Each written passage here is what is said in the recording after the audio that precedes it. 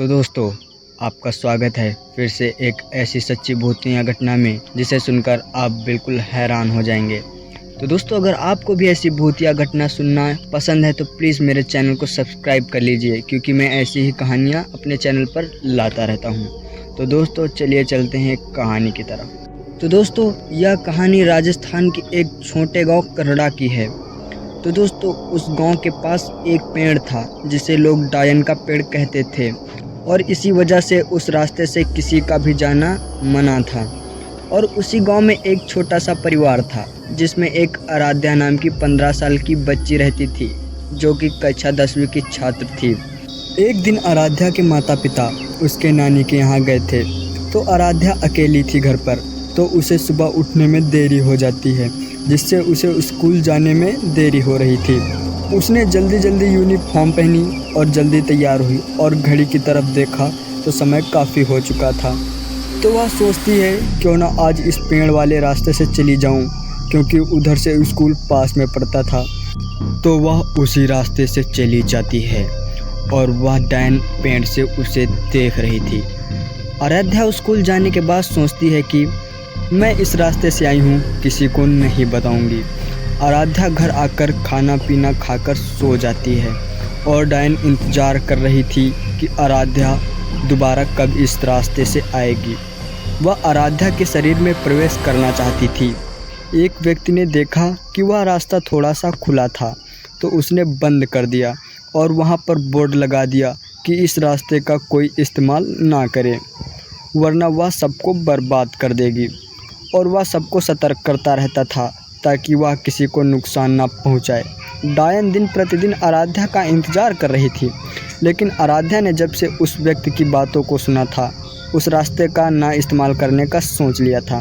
मगर कुछ समय बाद उसकी दोस्त और वह जब स्कूल से निकल रही थी, तो उसकी दोस्त जिसका नाम रिया था, वह आराध्या से जलती थी। वह आराध्या से बोलती है, तुमने इस रास्ते के बारे में कहानी सुनी है? आराध्या बोलती है, हाँ।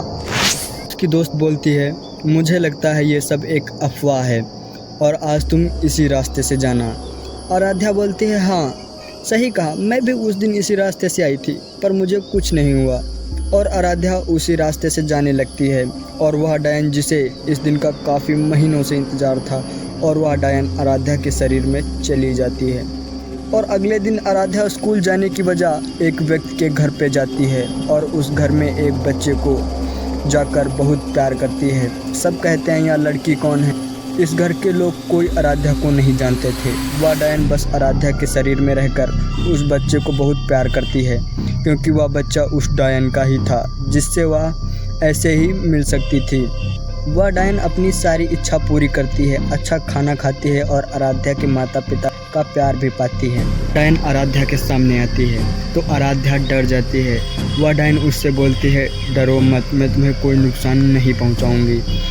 तो वो बताती है कि मैं तुम्हारे शरीर में इतने दिन से थी। तो आराध्या बोलती है, तुमने मेरा ही शरीर क्यों चुना? तो डायन बोलती है, क्योंकि तुम मेरी तरह दिखती थी। मैं भी बचपन में काली थी, जिसकी वजह से मेरे घर वाले भी मुझे बहुत ही ज़्यादा परेशान करते थे। बोलते थे कि तेरी शादी नहीं होगी।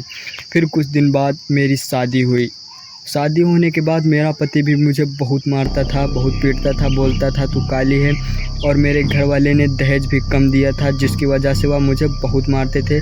और एक दिन मुझे गला घोंटकर मार दिया, और मैंने मरने के बाद सबसे पहले अपने पति को मारा, गला घोंट के जैसे उसने मुझे मारा था। और मैंने अपने बच्चे को एक भले इंसान के हाथ में दे दिया था। मैं बस अपना बचपन दोबारा जीना चाहती थी, जो मेरा बर्बाद हुआ है, इसीलिए मैंने तुम्हारे शरीर को चुना, इसके लिए धन्यवाद। और वह चुड़ैल चली जाती है। और उसके बाद आराध्या यह कहानी पूरे गांव वालों को बताती है, जिसके बाद से सभी लोग उस रास्ते का इस्तेमाल करने लगते हैं। तो दोस्तों, अगर आपको कहानी ज़रा सा भी पसंद आई हो तो प्लीज़ वीडियो को लाइक कर दीजिए और चैनल को सब्सक्राइब कर दीजिए।